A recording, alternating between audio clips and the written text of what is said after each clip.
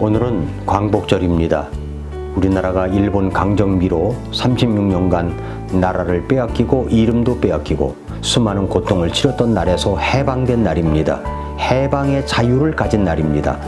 벌써 79년 전입니다. 하나님께서 이렇게 자유를 주신 날, 우리 태극기를 달아 기념하시기를 바랍니다.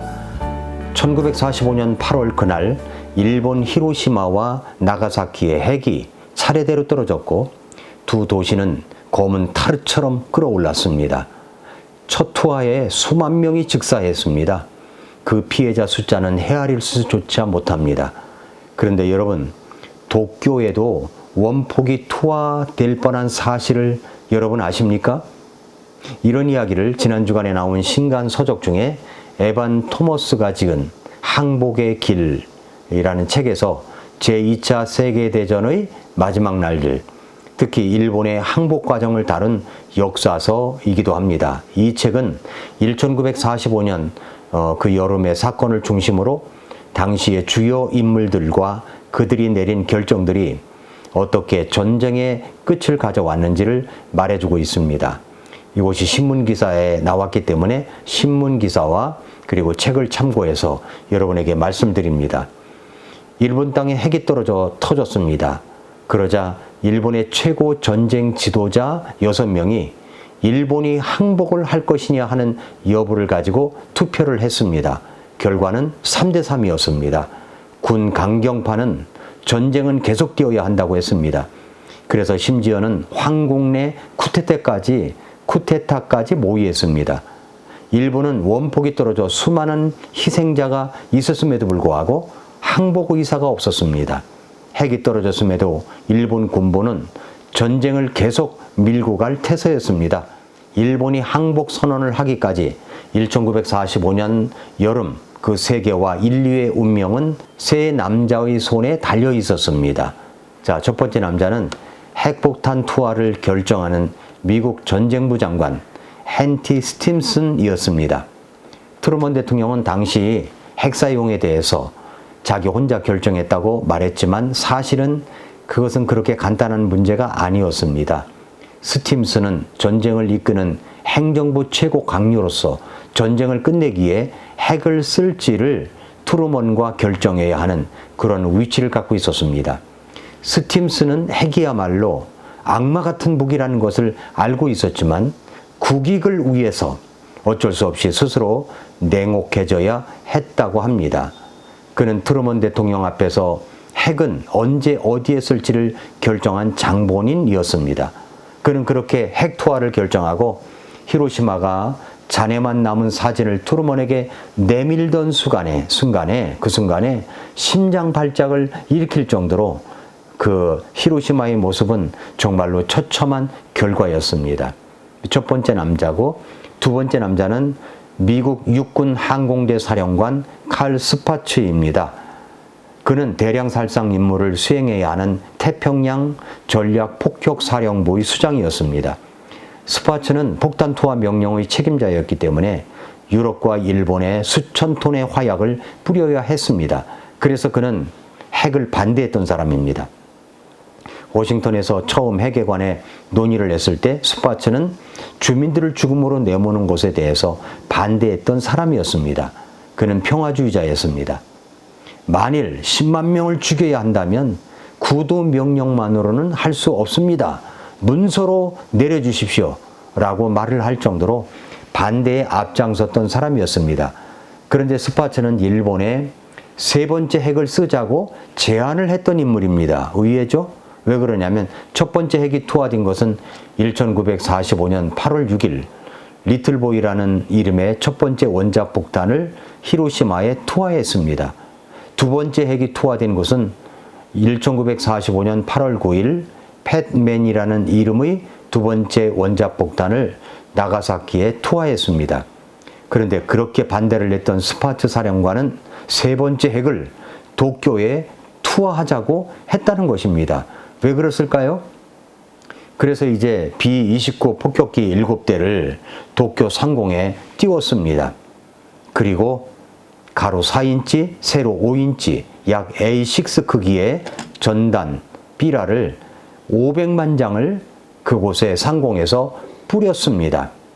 떨어진 삐라에는 이렇게 적혀 있었습니다. 오늘은 폭탄을 떨어뜨리지 않을 것이다. 여러분은 지금 전쟁을 종결할 기회다. 천황을 설득하라.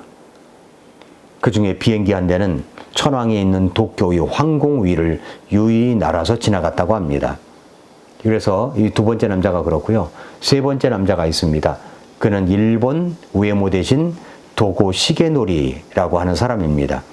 이 도고의 항복해야 한다는 설득이 천황 히로히토를 움직였습니다.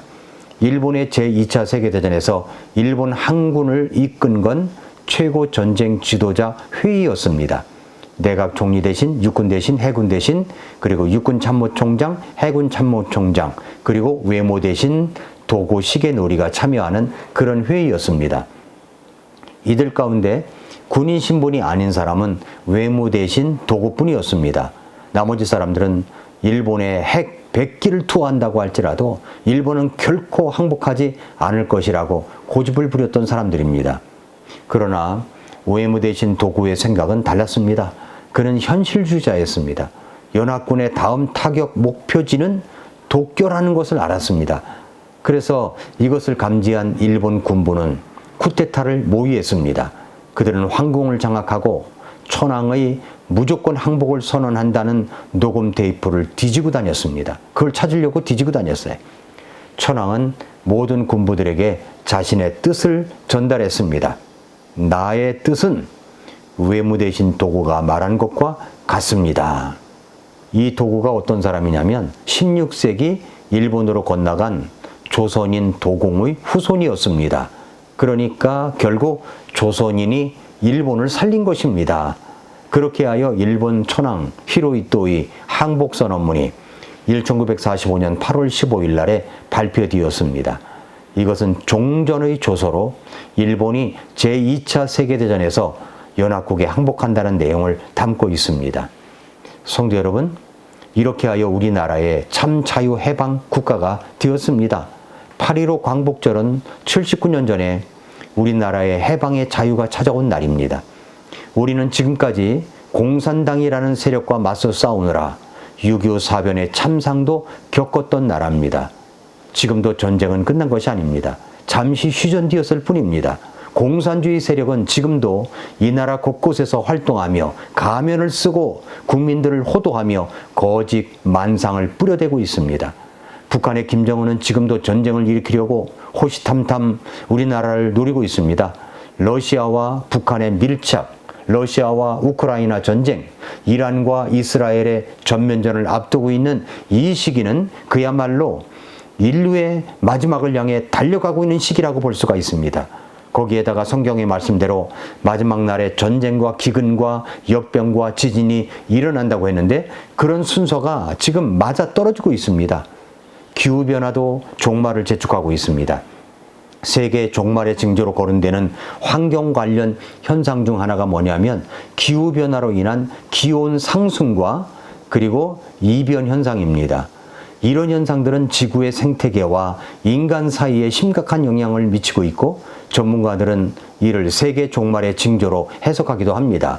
극지방에 빙하가 녹고 해수면이 상승하고 기후 패턴이 변화되는 이 지구 온난화 현상, 더 강력한 허리케인, 폭염, 한파, 폭설 가뭄 그리고 기근 등이 전 세계적으로 일어나고 있습니다. 그뿐만 아니라 극단적인 날씨 패턴, 해양 온도 상승과 그리고 산성화 현상, 북극과 남극의 빙하가 감소되어 해수면이 상승되고 해안 지역의 홍수 위험이 높아져 가고 있고 얼음에 갇혀있는 메탄가스가 방출되어 지금 지구 온난화가 가속화되고 있습니다. 기후변화로 인한 생태계가 붕괴되고 있습니다. 산림이 파괴되고 사막화가 가속되고 있습니다. 그래서 인구 이동 및 사회적 불안이 계속 일어나고 있는 것입니다.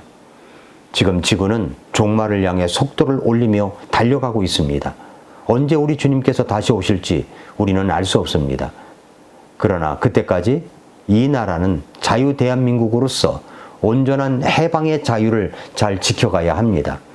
우리가 정말 구원받은 그리스도인이라면 하나님을 대적하고 자유를 해치며 어거지와 상대방을 공격하여 손상시키며 권력을 잡으려는 사람들을 절대 지지할 수가 없는 것입니다. 우리나라에 해방의 자유를 주신 하나님의 보호 아래 지금까지 자유롭게 복음을 전하는 나라가 되었고 세계 곳곳에 선교사를 파송하는 국가가 되었습니다. 지금까지 지켜주신 하나님께 감사하며 우리 주님 오실 날을 소망하며 믿음과 주님의 뜻 가운데 우리의 생애를 주님의 주신 사명과 명령에 순종하는 저와 여러분들이 되시기를 축복합니다. 저는 우리 강동 성서침례교회가 나라를 사랑하고 국가에 감사하는 성도들이 되기를 바라며 기도하면서 1년에 한 번은 태극기 휘날리며 애국가를 부르는 교회로 우리가 그렇게 섬겨가고 있습니다. 나라 사랑하는 교회, 그리고 여러분 성도들이 될 수 있기를 바랍니다. 오늘은 광복절입니다. 해방의 자유를 주신 하나님께 감사하면서 나 같은 죄인 살리신 죄 가운데서 해방의 자유를 주신 우리 예수 그리스도께 감사하며 지내는 귀한 하루가 되실 수 있으시기를 축복합니다. 태극기 꼭 다십시오. 오늘도 미라클 모닝입니다.